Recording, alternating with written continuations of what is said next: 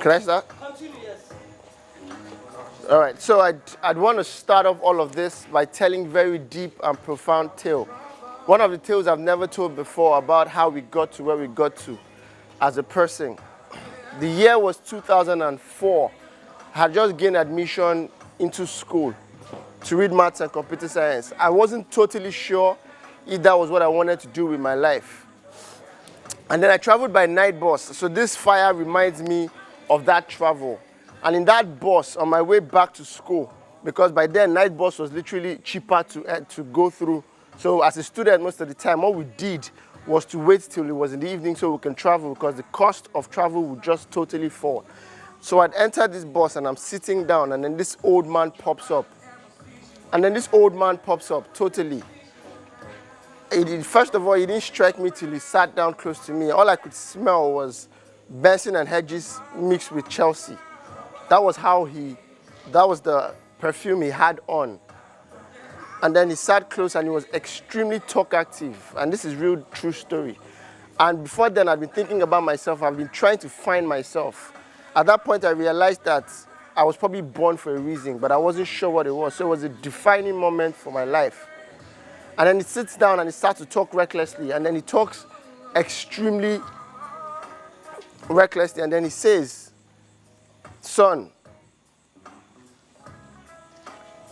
just a few years ago, I was exactly like you. I don't know how this will end up, but do me a favor. Make sure that no matter what happens, that you do not turn out like me." At that point, it felt deep and powerful to me. And he said, "Look, I've lived many lives in one lifetime, but the biggest regret I have is that I'm almost getting to the end of my life just to realize that I have not lived." This was in Onitsha when we came down to eat, and he said, "No matter what you do, don't get to the end of your life only to realize that you have not lived. Find what your purpose is in life." At that point, I realized that I was probably reading the wrong course. I was in the wrong place. That redefined the making of Hexavia and other things that came right after. And I'm having this conversation in relation to Goge Africa. This is one of the most powerful trainings we've ever had. And it's not just because of the intellectual content, but the depth of the bonding and the passion that has been exhibited. And one of the things I figured out in all of this training is that there's nothing more important than having the right team of people who understand the course and totally understand that the success of that course is dependent on how everyone can add value the best. We got to where we got to as Africans because African stories have been told by people who are not Africans. The danger of a single story, the story of war, the story of famine, the story of poverty, and all the negative imagery. And for the first time in our lifetimes, we have the chance to rewrite what history can be. But the funny thing about it is we have a chance also to add that value profitably. And that is what a business is supposed to be. So really, this is not just about business. It's about a deep and powerful course. The powerful course of how do we create the next generation of successful brands that would add tremendous value to Africa and also keep that course. For the first time in our lives, we have been called all together by posterity, by history, to be a part of the pride of your child, the pride of my child, the pride of the little Kamara here. We want to say Kamara walked into Manhattan on a sunny day and he can stand up with his head high, knowing that he's proud to be African. For the first time, we have a chance for everybody here to chase their individual dreams collectively, because I figured that one of the most important things you can ever do for yourself is to understand that in life, in business, in relationship, there's something called unitary universalism, a deep concept drawn out of spiritualism. It is the fact that in the course of life, we are all related, we are all interconnected through one means or the other. You are another me, I am another you. We all come from a common source. And how does this relate to Goge Africa? It is the fact that we all have individual dreams. Sometimes it feels selfish, sometimes it does, but if you look deep enough, realize that your success as an individual is tied to the success of the place you currently are. I'm talking about the place in terms of space and time. We've all been called here with a common denominator, which is the same space, the same time, the same company, the same period. And what we've tried to do in the last 2-3 days is how do we all collect all of our individual dreams and fit it all up as a puzzle for us to be able to create the next generation of success stories. Goge Africa has done extremely well, 10 straight years and counting, of carrying Africa to where it needs to be, telling African story by Africans, creating world-class products, world-class brands from local content. And in all of that, we've all been called to add our own individual roles.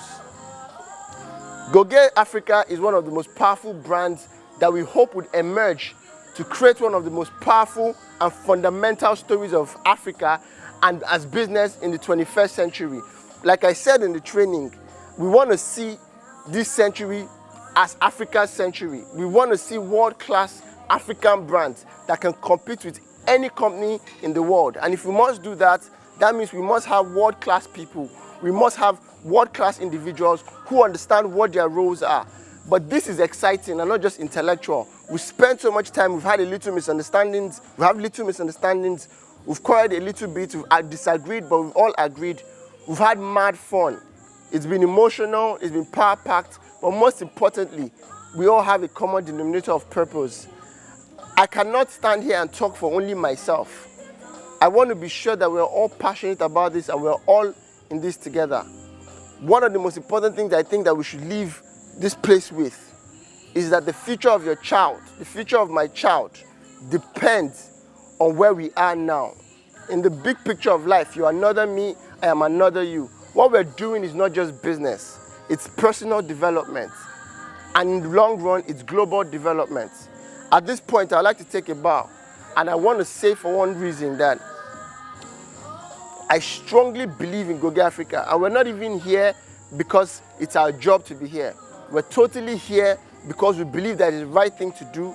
And one of the most powerful things to put ourselves as part of the people who did change history. Someday when we're all gone in the next couple of years, probably 50 years, 100 years from now, some generation after us is going to sit down in class, in history class, and your names are going to pop up, like Mungo Park, like Christopher Columbus, and your great-grandkids would see those names and they would say, I know those names, they made our lives better.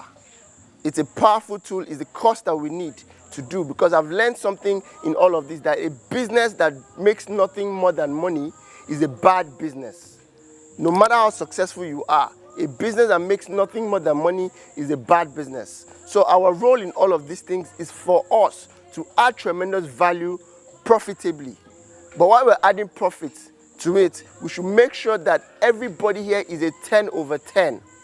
The biggest challenge is that most of the time we spend our times climbing a ladder that is leaning on the wrong wall.